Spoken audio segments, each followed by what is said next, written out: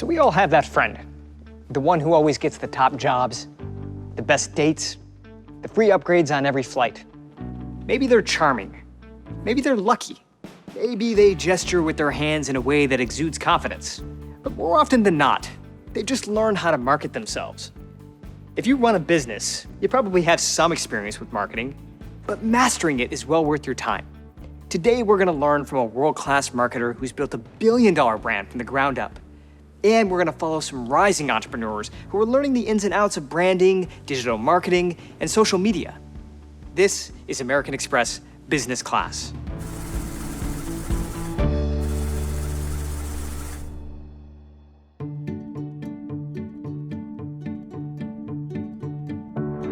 Payal Kadakia is the founder of ClassPass, a digital wellness subscription membership. She's here today to talk about the early days of marketing ClassPass and how metrics like customer acquisition cost and lifetime value helped her succeed. So you come up with this great idea. Yeah. Now you got 90 customers. How did you go about finding your first customers? So once we launched ClassPass, one of the most amazing things about our product is that people wanted to bring their friends, right? People wanted to go to class with other people. So we had this amazing organic virality to our product. When you build a product like that, the marketing does itself. Part of our playbook was to do an event at one of like the top tier studios in the area. And on the customer side, we did a lot of creative things. I mean, customers want something authentic. So let's talk about metrics. Yep. I mean, lifetime value, customer acquisition, classic metrics, how did those fit into the early days and how did it evolve? Absolutely. I mean, those were the two most important metrics that obviously as we were raising capital, monitoring our business that we looked at. And what was important is it wasn't just the two numbers, it was the ratio between the two numbers, right? You want your LTV to CAC ratio to be at least 3 or above, right? Because if not, then you're not really making money and you're putting money into your business without necessarily making it back. Because you might not on month 1, that ratio might not be great, obviously, because you're not making all your money on month 1. It's about month 2, 3, and how you make that money back over someone's lifetime. Yeah. And so it was really important to track that. There were times where we've changed our value proposition based on that. We've obviously looked at marketing and what allows us to get the lowest CAC, obviously, with the highest lifetime value over time and making sure that we're even getting to our right customer, right? I think there's a deeper message between LTV and CAC, which comes down to who your target market is, right? If you're marketing to the wrong person, that CAC is always gonna be high, right? And I think that's the other thing we've realized over time is how do you make sure you're finding the right communities that really help you achieve and get to that high LTV to CAC ratio. Your marketing goal is not just to sell to your customer, but to better understand what they want. That's what AgriWebb is learning as they grow their agricultural business in Australia.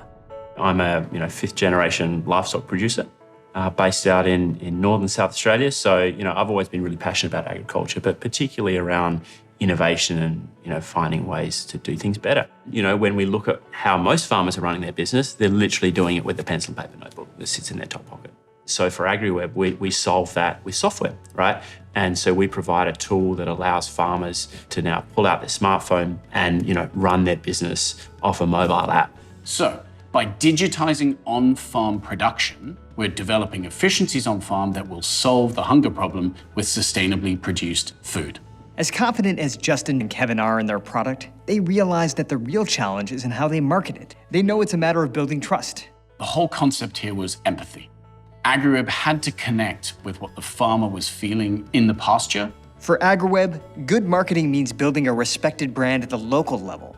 Obviously, driving down driveways is not a scalable business model. Driveway marketing had prohibitive customer acquisition costs, as they could only reach so many farmers on each trip.